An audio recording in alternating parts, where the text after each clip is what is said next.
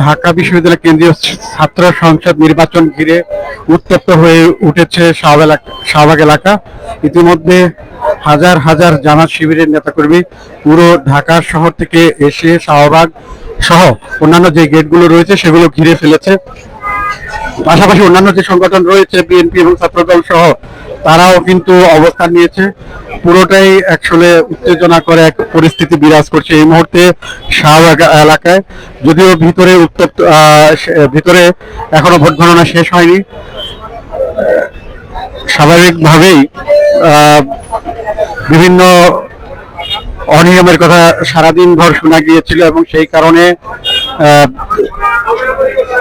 তার রেশ কিছুক্ষণ আগেও ছিল। কিছুক্ষণ আগেই ছাত্রদল ভিসির সঙ্গে দেখা করে উত্তপ্ত বাক্য বিনিময় হচ্ছে। পরবর্তীতে ভিসি সাংবাদিকদের সঙ্গে কথা বলেছেন। ছাত্রদলের পক্ষ থেকে অভিযোগ করা হয়েছে শিবিরের প্রতি নমনীয় বিশ্ববিদ্যালয় প্রশাসন, এই কারণে কোন রকমের ব্যবস্থা নিতে পারছে না। অন্যদিকে শিবিরের পক্ষ থেকে অস্বীকার করা হয়েছে এবং তারা উল্টো ছাত্রদলের বিপক্ষে বলেছে ছাত্রদল অযথাই প্রপাগান্ডা ছড়াচ্ছে। বিশ্ববিদ্যালয় গেটের অবস্থা কড়া, নিরাপত্তায় রয়েছে পুলিশ শাহবাগের ঠিক জাদুঘরের সামনে, আর আশপাশে অন্যান্য দলের নেতাকর্মীরা যথারীতি অবস্থান নিয়েছে। এটি বিশেষ দৃশ্যমান সেটি হচ্ছে জামাতের বিভিন্ন পর্যায়ের নেতাকর্মীরা কিন্তু অবস্থান নিয়েছে। পাশাপাশি ছাত্র দলের সাবেক সভাপতি শ্রাবণের নেতৃত্বে একদল এসেছিল, তারাও কিছুক্ষণ পর পর ঘুরে মহড়া দিচ্ছে। যদিও পুলিশ তাদেরকে কিন্তু ভিতরে ঢুকতে দেয়নি।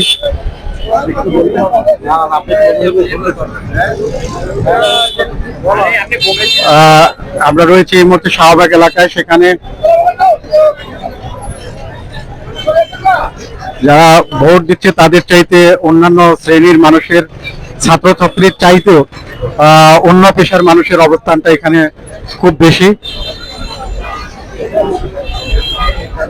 যারা ছাত্রছাত্রী তারা কিন্তু যথারীতি ভিতরে চলে গিয়েছেন, তারা ভোট দিচ্ছেন। এবং যারা ভোটার নন, উৎসুক জনতা সহ বিভিন্ন শ্রেণী পেশার মানুষ কিন্তু ইতিমধ্যেই এসেছে, বিশ্ববিদ্যালয় এলাকায় অবস্থান নিয়েছে। পুরো জাদুঘরের সামনের যে অবস্থান সেখান থেকে শুরু করে একেবারে শাহবাগের মোড় পর্যন্ত বা বিশ্ববিদ্যালয়ের মুখী যে ৩৬ জুলাই স্তম্ভ রয়েছে সেখান থেকেই মানুষজন পুরো রাস্তাটিতে অবস্থান নিয়েছেন। দলবদ্ধভাবে বিভিন্ন জায়গায় তারা নিজেদের মধ্যে গল্প গুজব করছেন। তবে তাদের বেশভূষা দেখে বোঝা যাচ্ছে তারা আসলে ছাত্র নন এবং ভোটারও নন। স্বাভাবিকভাবে বিভিন্ন দলের কর্মী সমর্থক সহ উৎসুক কিছু জনতাও কিন্তু রয়েছে এই এলাকায়। পুরো এক অস্বাভাবিক অবস্থা। কিছুক্ষণ আগেই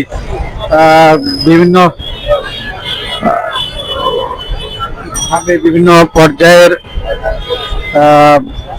রাজনীতিবিদরা কিন্তু অভিযোগ করছিলেন পাল্টাপাল্টি। এর মধ্যে সাজিদ আলম বলেছেন কিছুক্ষণ আগে যে জামাতের পক্ষ থেকে যেভাবে বিশ্ববিদ্যালয় এলাকায় অবস্থান নিয়েছে এটি শোভনীয় নয়। পাশাপাশি তিনি ছাত্রদল ভিসির সঙ্গে যে আচরণ করেছে সেটিরও নিন্দা জানিয়েছেন। এটি হচ্ছে ৩৬ জুলাই স্তম্ভের পাশের অবস্থা। এখানে আলোর ব্যবস্থা নাই, সবাই এখানে যার যার মতো বসে গল্প করছেন। তবে যারা এখানে রয়েছেন তারা স্বাভাবিকভাবে বুঝতে পারছেন যে অপ্রীতিকর কোনো ঘটনা হয়তো ঘটে যেতে পারে যে কোনো সময়। এই কারণে যারা ব্যবসায়ী রয়েছেন তারা কিছু সাবধানেই করছেন। শাহবাগের সামনে কাঁটাবন মুখী যে সড়ক সেটি।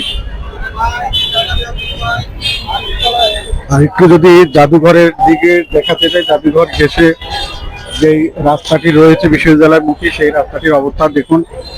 লোকে লোকারণ্য, এখানে বিভিন্ন বাহিনী রয়েছে, বিভিন্ন শ্রেণী পেশার মানুষ রয়েছে। উল্লেখযোগ্য সংখ্যক হচ্ছে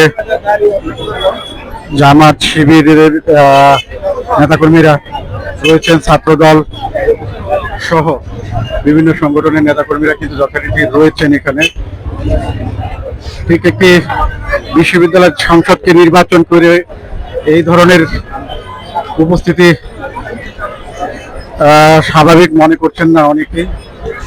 নিজ পরিচয় ক্যামেরার সামনে অনেকে এই বিষয়টি নিয়ে খোলামেলা কথা বলতেও চাচ্ছেন না। এক ধরনের অজানা আতঙ্ক কিন্তু বিরাজ করছে।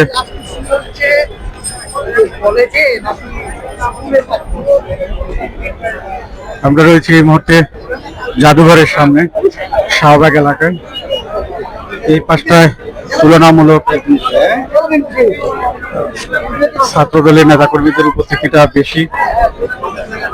অপর পাশে যে সামনের দিকে আমরা দেখেছি বিশ্ববিদ্যালয় থেকে শাহবাগমুখী যে সড়কটি রয়েছে, সেই সড়কটির তুলনামূলক আমরা দেখছি কিছু। কেমন মনে করছেন এই নির্বাচনের পরিবেশ সার্বিকভাবে? এই নির্বাচন পরিবেশ সার্বিকভাবে আমরা আশা রাখছিলাম যে অনেক সুন্দর হবে, কিন্তু আমরা আপনাদের মিডিয়ার মাধ্যমে সকাল 10টা থেকে 11টার মধ্যে আমরা বিভিন্ন ধরনের কারচুপি দেখেছি, যে শিবিরের সাদিক কাইমের ব্যালটে আগেই ক্রস চিহ্ন দেওয়া। এটা দুঃখজনক। এরকম একটা নির্বাচন, এই ধরনের ঘটনা, এটা আমরা এরকম চাই নাই মূলত। এখন আপনারা কেন অবস্থান করছেন এখানে? আমরা এখানে স্বাভাবিকভাবে ডাকসু, এটা সকলের একটা মানে আবেগের জায়গা। সবাই চায় যে নির্বাচনটার ফলাফলের জন্য সবার মধ্যে একটা উৎসুক জনতা কাজ করে, যে ফলাফলটা কি হয় এর জন্য।